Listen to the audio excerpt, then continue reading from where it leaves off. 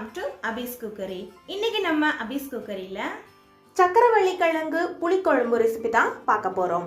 கிழங்கோட இனிப்பு, புளியோட புளிப்பு, பச்சை மிளகாயோட காரம் இதெல்லாம் சேரும்போது குழம்பு ரொம்ப சுவையா இருக்கும். வாங்க ரெசிபி எப்படி செய்யறதுன்னு பார்க்கலாம். கடாயில 3 டேபிள் ஸ்பூன் நல்லெண்ணெய் சேர்த்துக்கிறேன்.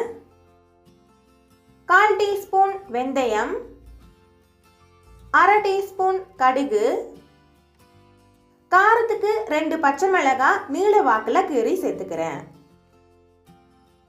சின்னதா ஒரு கட்டி பெருங்காயம், 2 கொத்து கறிவேப்பிலை, ஒரு சின்ன சைஸ் சக்கரவள்ளி கிழங்க நல்லா வாஷ் பண்ணிட்டு தோலோடையே கட் பண்ணி சேர்த்துக்கிறேன். இது கிட்டத்தட்ட 150 கிராம். கிழங்கு சேர்த்ததுக்கு அப்புறம் லைட்டா ஒரு 2 நிமிஷம் போல வதக்கிட்டு கிழங்கு மூழ்கிற அளவு தண்ணி சேர்த்துக்கிறேன். கூடவே இதுக்கு தேவையான அளவு உப்பு. இப்போ இதை ஒரு தட்டு போட்டு மூடி வேக விட்டுறலாம். மீடியம் ஃப்ளேம்ல 10 நிமிஷம் போதும்.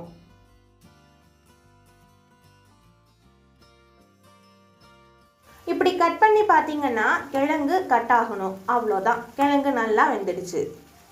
இப்போ இதில் ஒரு எலுமிச்சம்பழ அளவு புளியை நீர்க்க கரைச்சி எடுத்து வச்சிருக்கேன். அதையும் உள்ளே சேர்த்துடலாம். அடுத்து இதில் 1/2 டீஸ்பூன் மஞ்சள் பொடி, 1/2 டீஸ்பூன் வெல்லம். சக்கரவள்ளி கிழங்கு இனிப்புங்கிறதால கொஞ்சமாக வெல்லம் சேர்த்தா போதும். நான் கட்டி பெருங்காயம் சேர்த்ததால தாளிக்கும் போதே சேர்த்துட்டேன்.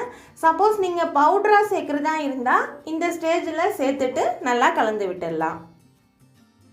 குழம்பு கொதிக்க ஆரம்பிச்சதும் மூடி விட்டுடலாம்.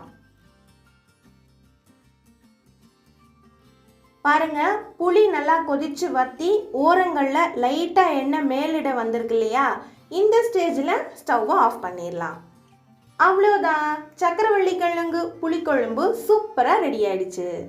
சுடு சாதத்தில் இந்த குழம்பு சேர்த்து நல்லெண்ணெய் ஊற்றி பிசைஞ்சு சாப்பிட்றதுக்கு சூப்பராக இருக்கும். கூடவே அப்பளமும் இருந்தால் டேஸ்ட்டு இன்னும் நல்லாயிருக்கும். தயிர் சாதத்துக்கு கூட தொட்டு சாப்பிட்லாம், அருமையாக இருக்கும். இந்த வீடியோ உங்களுக்கு பிடிச்சிருந்தா லைக் பண்ணுங்கள், ஷேர் பண்ணுங்கள், கமெண்ட் பண்ணுங்கள். மறக்காமல் அபிஸ் குக்கரிக்கு சப்ஸ்கிரைப் பண்ணி சப்போர்ட் பண்ணுங்கள். கூடவே பக்கத்தில் இருக்கிற பெல் பட்டனையும் கிளிக் பண்ணிக்கோங்க.